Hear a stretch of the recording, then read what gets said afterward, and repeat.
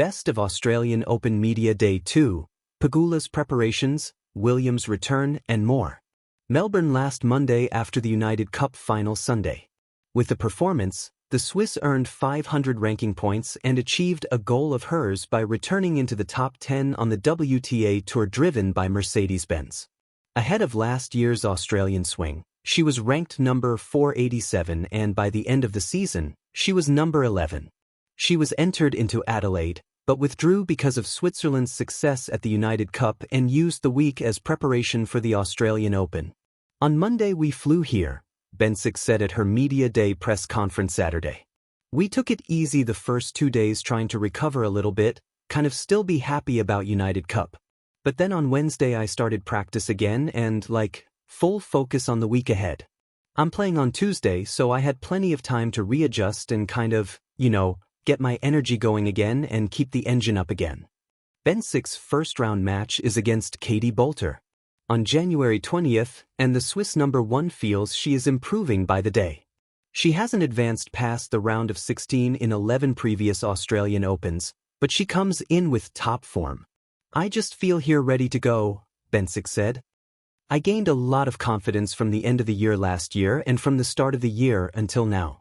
So definitely I know what things I'm working on, what things I can still improve, but I can feel that my level is getting better and better.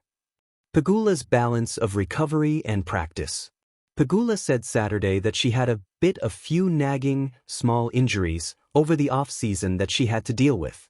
The 9-time WTA Tour singles winner started her year in Brisbane, where she reached the semi-finals and had a couple of really tough matches physically. I kind of went to Brisbane not really 100%, but it was one of those things that I needed to play my way into getting over some of those little nagging things and just see how my body kind of dealt with everything, Pegula said. Luckily, everything went really well. However, originally scheduled to compete in Adelaide, Pegula elected to withdraw because of a scheduling change and spend the week in Melbourne to prepare. Pegula's feeling good, and the decision was also precautionary. I didn't want to push myself over the edge as far as re-injuring anything that was already there. So I ended up changing my schedule and not playing Adelaide, which is a great tournament. At the same time just giving myself some time to actually recover and, make sure nothing else pops up. That's what I have been doing this week. I have been able to get a lot of really good practice in. So far, so good. Press conference Saturday centered around her newly acquired Australian citizenship, representing the country and playing in her first Grand Slam with a home crowd. It was evident Kasatkina had much more gratitude than what she actually said, but she reflected on the lengthy process to earn her citizenship and shared her excitement to put on the green and gold one day. I cannot even describe how much that means, because it's not just about the passport, Kasatkina said. It's about the acceptance because, honestly, the whole process, the support from the people, from the other citizens, it's been amazing. I couldn't imagine that coming from the completely different background to receive this amount of support basically from strangers. I felt so much love. Now that I'm fully Australian, I'm just super proud and grateful. That's a responsibility, but that's what I was looking for. Kasatkina said the 2025 season was exhausting for a variety of reasons.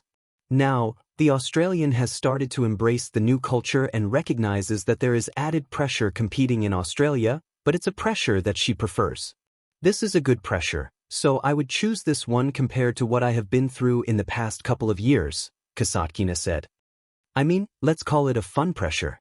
Also, for the first time I'm going to play in front of such a big home crowd, so that's going to be special.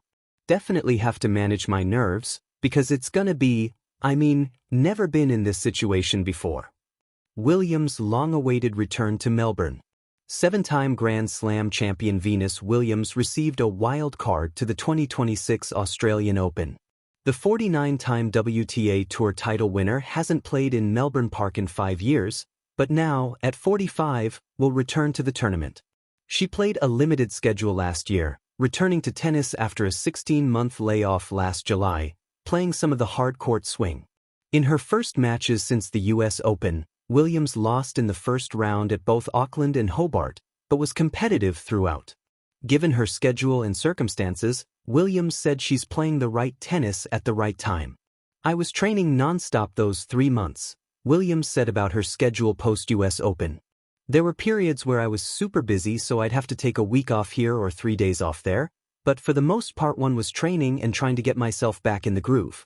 At this point, I need to be kind to myself because I'm getting so many things right, but there had been a lack of playing matches. I'm playing well. I'm setting myself up each point to win points and controlling the points. That's exactly how I'd want to play, and I'm playing the tennis I need to play. Are playing in their first Australian Open without having to go through qualifiers.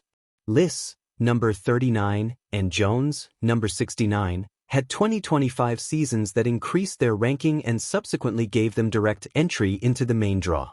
In terms of the way it sets up the calendar, it's much more comfortable because if you're qualifying, sometimes you don't have anything to play the week before and you come straight into the qualies, Jones said. It has been quite nice just to have Auckland and then to spend a week here as well.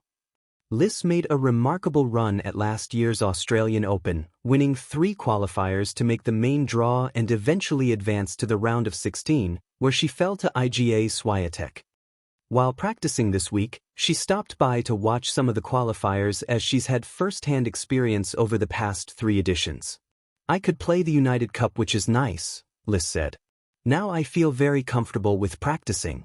I like coming to tournaments a little earlier to get used to the conditions because my body always needs a little bit more time to get used to the courts, weather, everything. That's why I also came a little. I know how it's to play qualies and how nervous you get and how many emotions that go in there. I'm definitely cherishing the moment that I can practice this week. Best of Australian Open Media Day 2, Pegula's precision, Williams' return, and the hum of Melbourne Park. Melbourne Park woke up on Media Day 2 with a familiar energy, the kind that feels less like anticipation and more like momentum already in motion. The courts were still pristine, the blue acrylic shining under a forgiving summer sun, but the grounds buzzed with stories waiting to be told. Cameras clicked, microphones hovered, and players stepped into the spotlight not yet to compete, but to reveal fragments of the journeys that brought them here. Media Day 2 was not loud in a chaotic way. It was confident, purposeful, and quietly thrilling. At the heart of it all were moments both subtle and striking. Jessica Pegula's methodical calm, the magnetic gravity of a Williams return, and a constellation of smaller,